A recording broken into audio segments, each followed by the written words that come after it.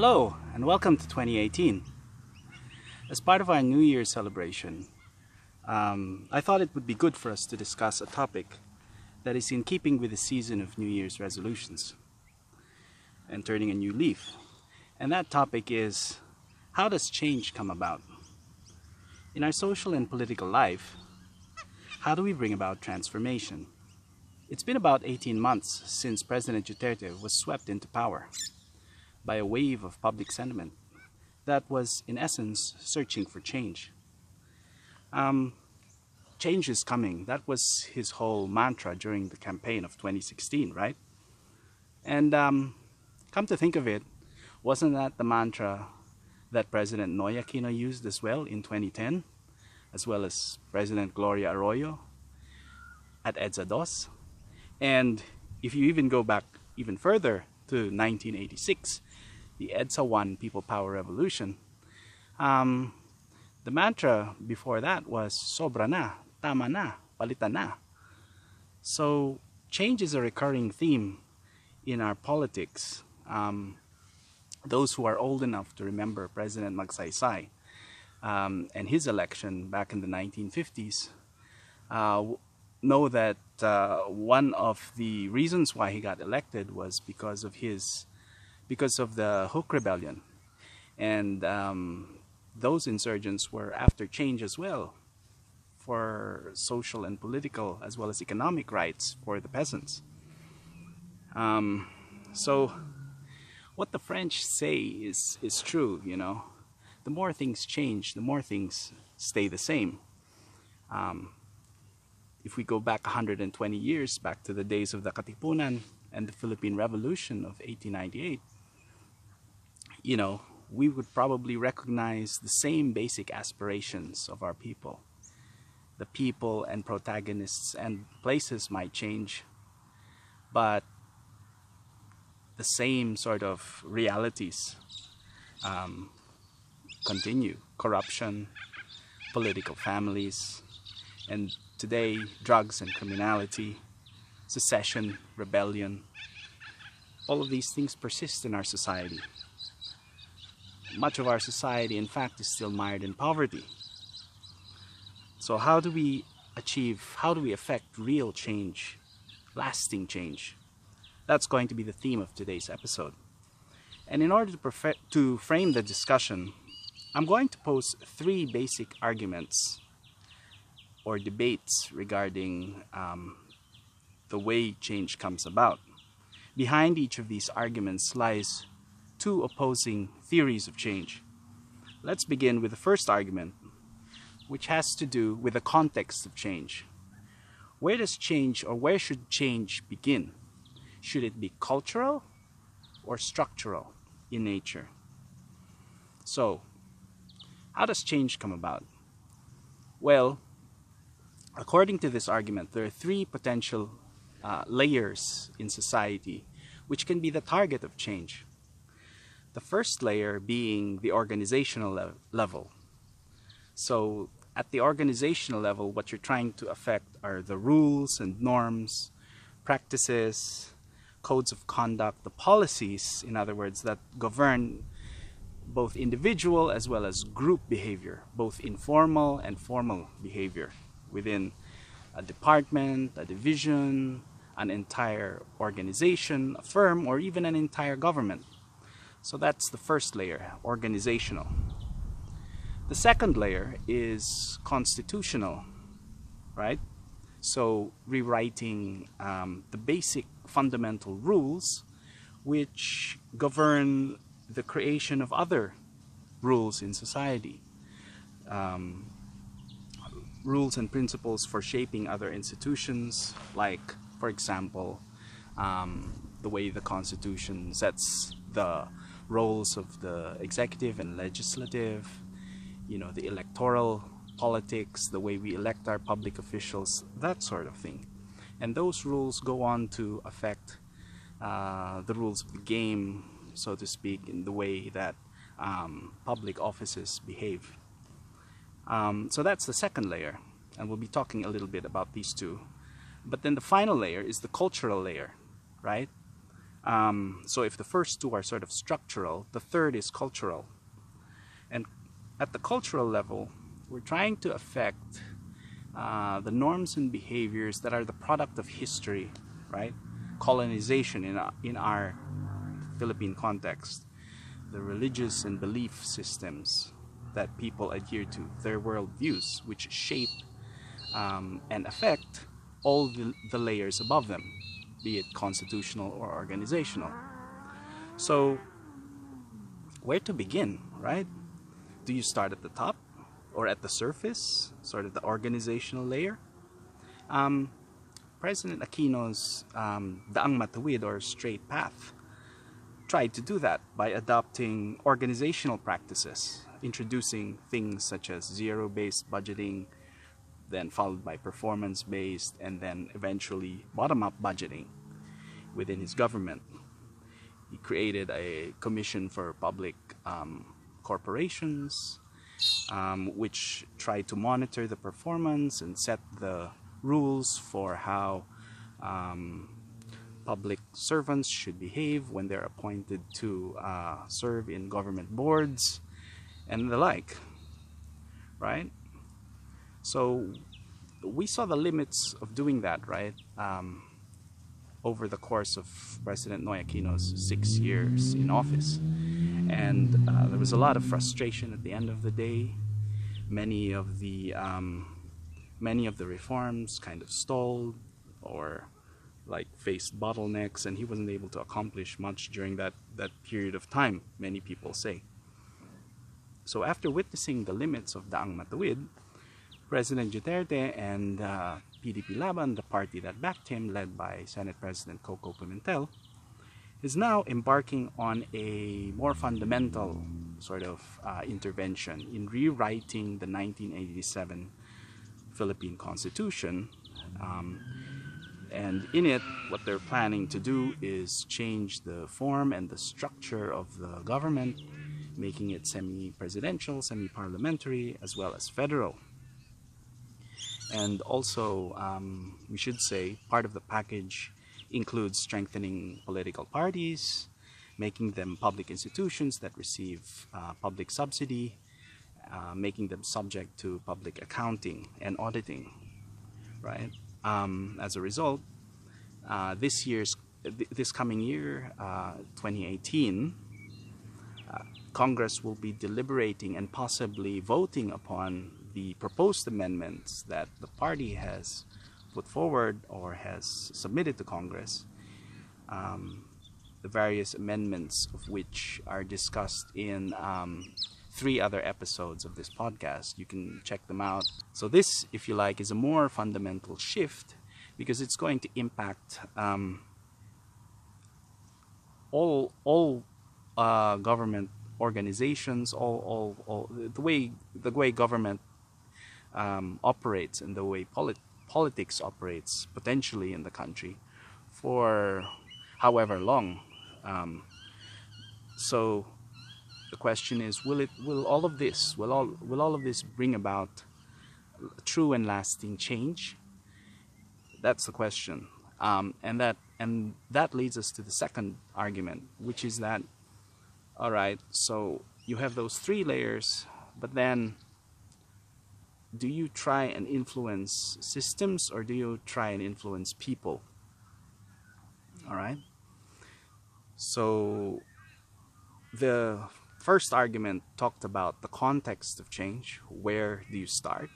The second argument focuses on who's the subject of change. Is it people or is it systems? So you hear it often said that unless we change people running the system will never change. Change will only happen if individuals change, if the individual changes. No amount of tinkering with the system will change the outcome unless we change the culture, right? So moral awakening, individual agency, or education of the youth is often talked about. So that's sort of another aspect to change. In the 18th century, in 18th century America, Tocqueville observed the civic mindedness of people, volunteerism, and civil society in the American experiment. Building a civil society was more or less, or is more or less, what that was all about. So his argument was that the culture of civility had emerged as a result of the U.S. adopting its unique set of institutions after gaining independence from the British Crown. Of course, a lot of these institutions came from Britain, but were fully realized in the under American independence. However, this was undone somewhat. So that was in the late 18th century. This was undone somewhat in the early 19th century with the emergence of populist electoral politics in the US after universal male suffrage was introduced. And this led to populism. Andrew Jackson was the first popularly elected president in the US.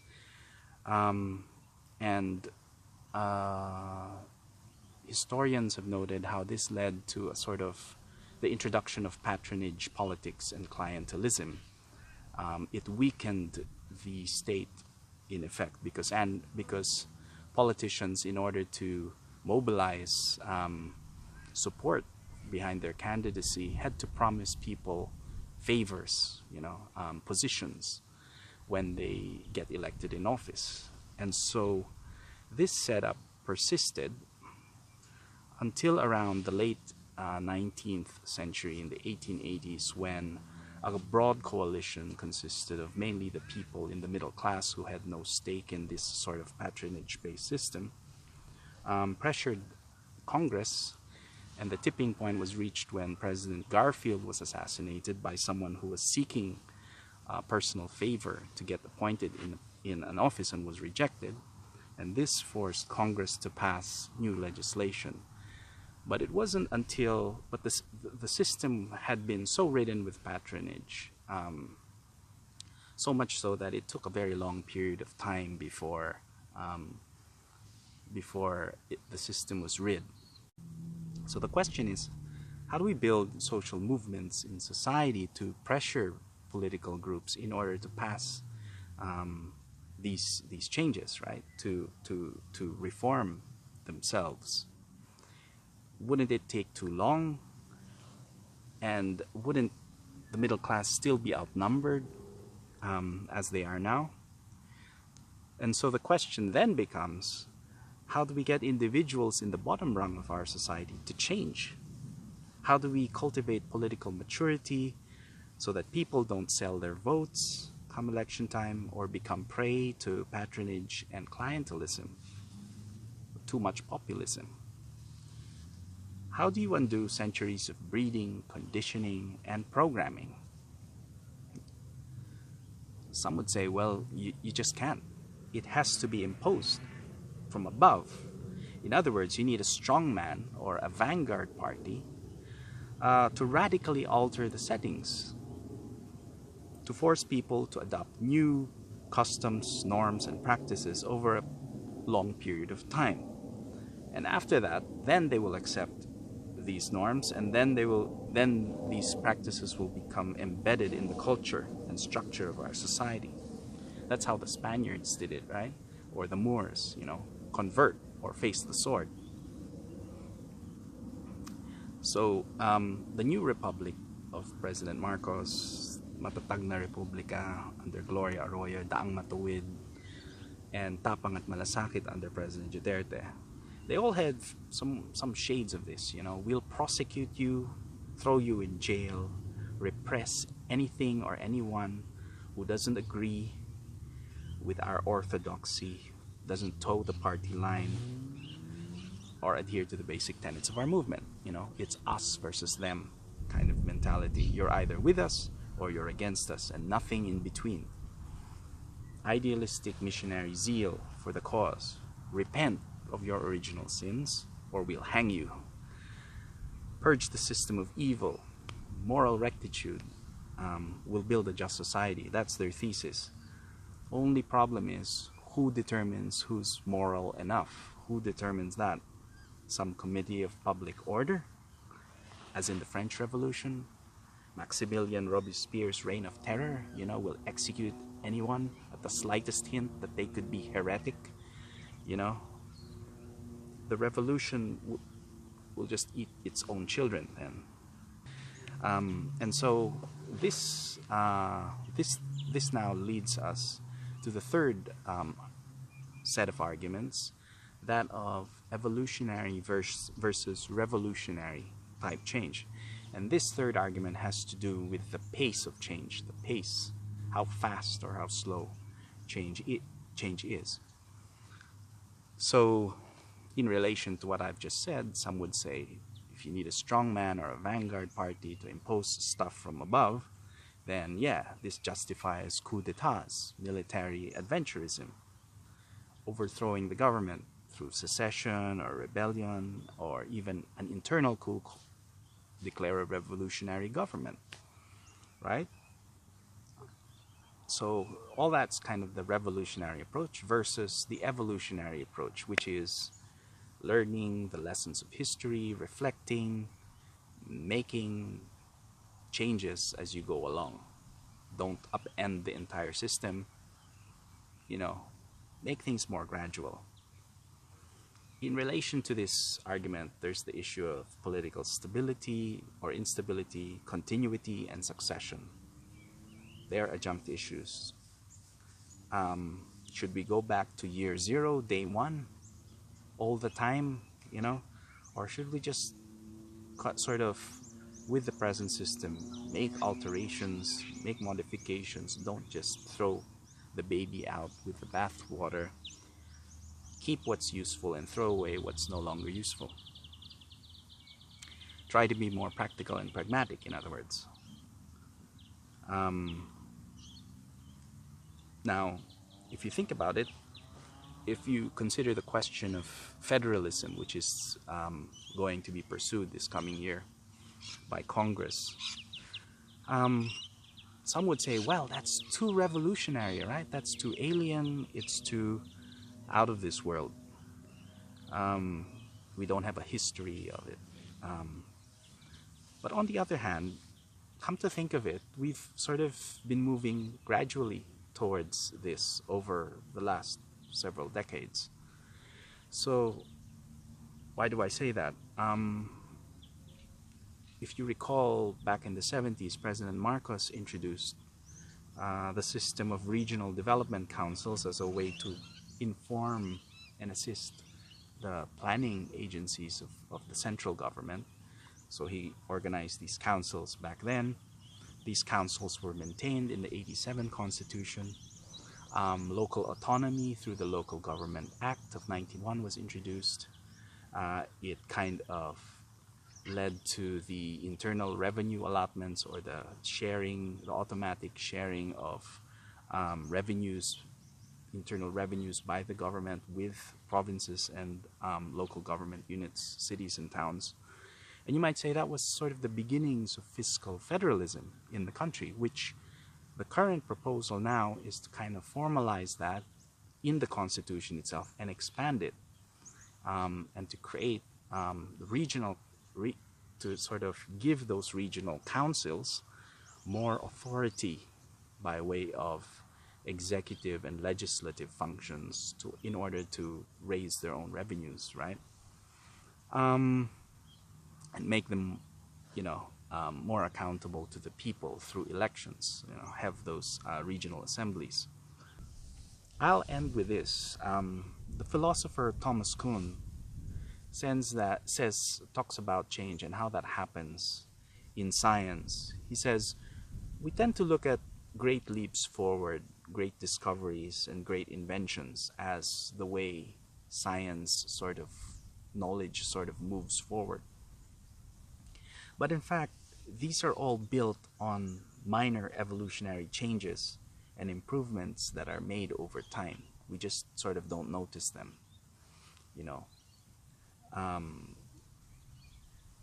The iPhone, the smartphone that we currently have, some would say when the Apple came out with the first iPhone, it seemed to revolutionize the whole way that we communicate.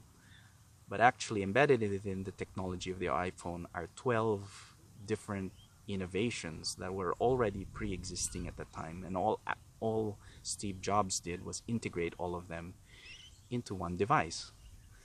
And so that's sort of how it works. Incrementalism.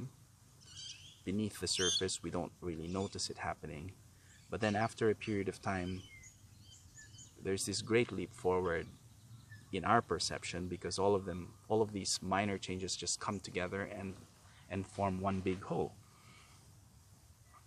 And I think the Federal Institute study group that prepared PDP Laban's amendments to the Constitution concluded that it's better to do as little revision as needed, but it just so happens that a lot of minor tinkering was needed, they felt, and when you put them all together, it all adds up to one big change.